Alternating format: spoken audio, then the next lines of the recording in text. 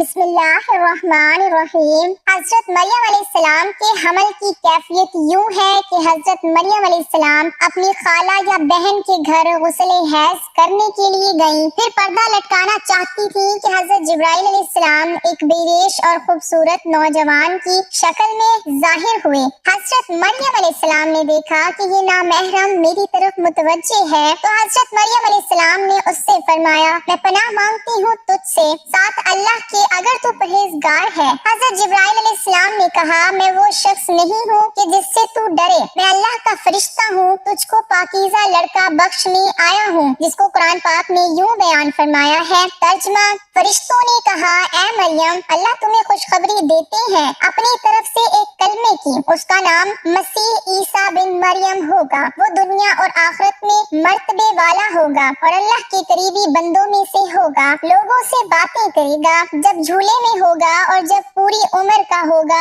اور وہ نیک بندوں میں سے ہوگا۔ حضرت مریم علیہ السلام نے جواب دیا، میرا بیٹا کیسے ہوگا کہ مجھے کسی بشر نے ہاتھ نہیں لگایا اور میں بدکار عورت بھی نہیں ہوں۔ حضرت جبرائیل علیہ السلام نے کہا، تیرا کہنا صحیح ہے، لیکن تیرے اللہ نے فرمایا ہے کہ میرے لیے بغیر باپ کے بیٹا دینا آسان ہے، جس کو قرآن پاک نے اس طرح بیان فرمایا ہے۔ ترجمہ، مریم نے کہا، اے میرے پیارے رب، میرے یہاں لڑکا کیسے ہوگا جب کسی مرد نے مجھے ہاتھ تک نہیں لگایا ہے؟ اللہ نے فرمایا، اسی طرح اللہ پیدا کرتا ہے جو چاہتا ہے، جب وہ کسی کام کا فیصلہ کر لیتا ہے تو اس کو کہتا ہے ہو جا، بس وہ ہو جاتا ہے۔ بی بی مریم علیہ السلام کو اسی وقت اتنی بڑی بشارت دی گئی کہ وہ نبی ہوگا، بنی اسرائیل اور تورات و انجیل کا عالم ہوگا، اور وہ بڑے معجزوں والا ہوگا، جس کو قرآن پاک نے یوں بیان فرمایا ہے۔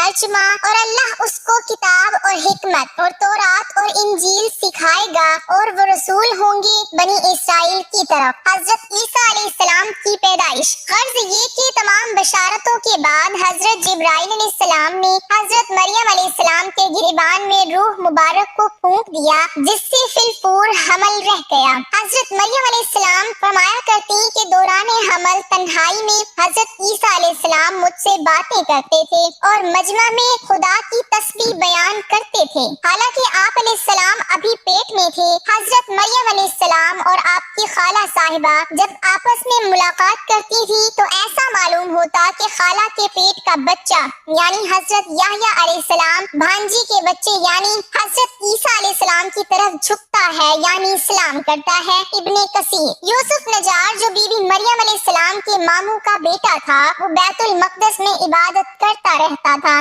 اور کبھی کبھی حضرت مریم علیہ السلام کو خالہ کے پاس پہنچاتا تھا۔ جب حمل کی حالت سے آگاہ ہوا تو اس نے بھی تحقیقات کی تو حضرت مریم علیہ السلام نے تمام واقعہ بیان کر دیا۔ جب ولادت کا وقت آ گیا تو حضرت مریم علیہ السلام کو قدرتی ندا ہوئی کہ اس شہر سے باہر چلی جاؤ، اگر تیری قوم تجھ کو اس کے وضع پر دیکھے گی تو تجھ کو اور تیرے فرزند کو قتل کر ڈالے گی۔ حضرت مریم علیہ السلام بما یوسف نجار بیت المقدس سے روانہ ہو گئی۔ حضرت جبرائیل علیہ السلام ان کے رہبر تھے۔ جب 2 فرسنگ راہ قطع کی تو بیت اللحم میں پہنچے، وہاں بشدت درد سواری سے اتری اور پشت مبارک ایک خشک خرمے سے لگا بیٹھی۔ تفسیر حقانی میں ہے کہ ایک پرانا مکان تھا جس میں خشک کھجور کا ایک درخت تھا، جس سے ٹیک لگایا پھر بغیر تکلیف کے حضرت عیسیٰ علیہ السلام پیدا ہوئے۔ اس وقت حضرت مریم علیہ السلام نے عرض کیا کہ اے کاش میں اس حال سے پہلے ہی مر جاتی